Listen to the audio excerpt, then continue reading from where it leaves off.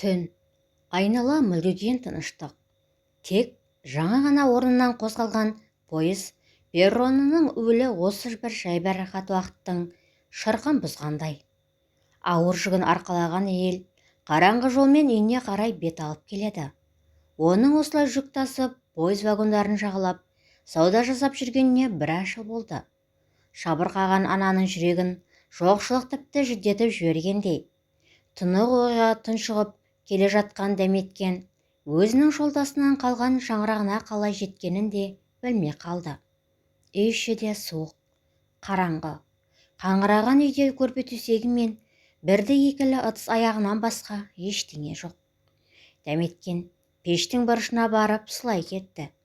Сөйтті де жанарынан жас тамшылап өткені мен бүгінін ойға оралтты. Бір сәт өзіне жырақта жүрген балаларын сағынып, жүрек құрғыр шаншып өтті. Әттең, дүние-ай, барлығының да қадірін білмеппіз-ау. Мені қинайтыны жоқшылық емес, жүрегімнің саздататыны балаларымның жан-жақта тарыдай шашырап жүргені ғой. Бұталарым қазір не істеп жатыр екен? Қарындары аш емес пе? Ешкім ренжітіп қоймады ме өздерін? Дәметкенді бұл ой күн сайын мазалайды. Ол ауқатты отбасында өмірге келді. Ата-анасының көз қуанышы ерке қызы болып өсті. Содан да болар, жолдасы Берікті жолықтырғанда оның тұрмыстық жағдайына мән берген жоқ. Жүрек қалауымен тұрмыс құрды.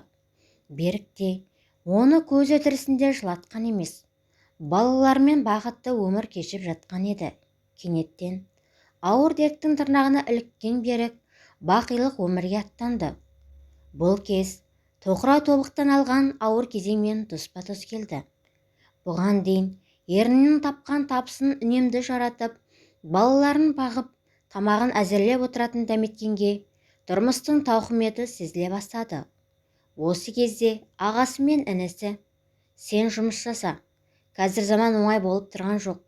Әлеуметтік көмек былай тұрсын, дәрігерлер мен мұғалімдердің айлық алмағанына 6 айдан асып барады. Елдің бәрі пойызға шығып, сауда қылып жүр. Біз саған азын-аулақ ақша берейік, соны айналдыр.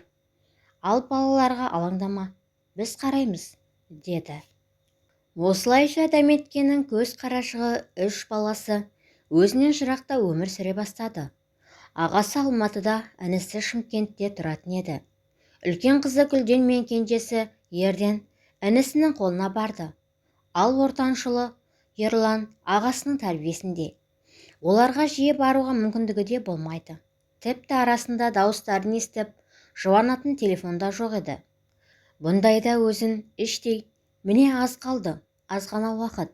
Содан соң бәріміз әкелерің салған осы үйде бас қосамыз», деп іштей күбірлеп жанын жұбатады. Бұл кезде өзгелердің қолында өмір кешіп жатқан балаларға да оңай соқпады. Қанша туыс бірге туған болса да, өз үйінде шапқылап жүргенге не жетсін, шіркін. Қарындары тоқ, киімі бүтін, бірақ жүректері жабырқау, жанарлары мұңды. Әсіресе кіші ұлы Ерденге қиын болды. Таң атса ерте оянып алып, қас қарайғанша жолды тосып отыратын. Сондағысы анам келіп қалса, көре алмай қалармын дейді. Тіпті бала болып ойнамайтын да еді. Ал бой жетіп келе жатқан Гүлден жеңгесінің қабағын бағады. Үйдің тірлігін өз мойнына алды. Таң атқаннан кеш батқанға дейін белі бүгілмей барлық шаруаны тындырады. Арасында сабағын оқып, оқуына да барып келеді. Мектепте алғыр, өте жақсы оқиды. Арманы асқақ қыз болашақта білікті маман болып, жалғыз анасы мен қос бауырының қуаң-қоршысы болуды ойлайды. Ортаншылы Ерланның халі мүлде басқа. Ол анасының қасында, әкесінің барында өте ерке өскен еді. Ешкім бетінен қақпайтын тентек болды. Оның бал-бұл жанған жанары солғынданып, мөлдіреген мұңға батқалы қашан. Кеш болысымен ұйқысы келмесе де, қараңғы бөлмеге кіріп алып төсегінде жатып: «Е Алла, анамды аман сақтай көр, бауырларымды жылатпа», деп жаратқанға жалбарынады. Осылар күндер өтіп жатты.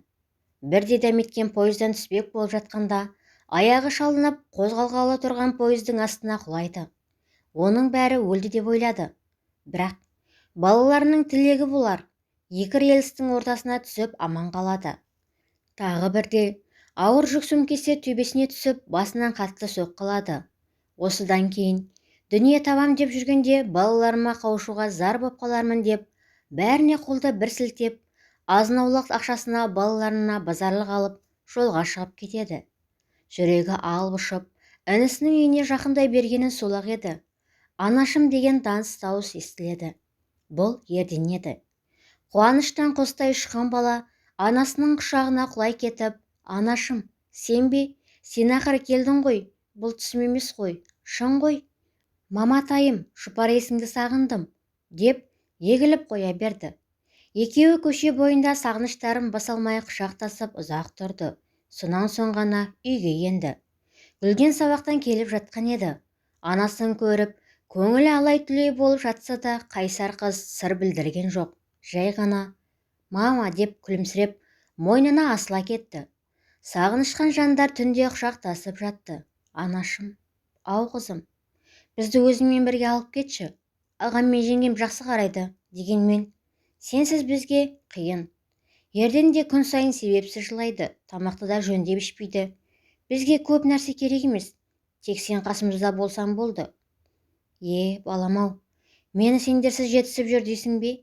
Мен де төрелік сияқтымын, бірақ бұл қалай болар екен, өзің білесің. Өткен жылы пештен шыққан өрттен дүниеміздің бәрі жанып кетті. Үй қаңырап бос тұр. Көп жөндеп жүргізу керек. Суық үйде ауырып қалмас па екенсіңдер? «Мама, бізге бәрібір, өзіміз-ақ жөндеп алмаймыз ба? Мен бауырларыма қараймын, сізге де көмектесем.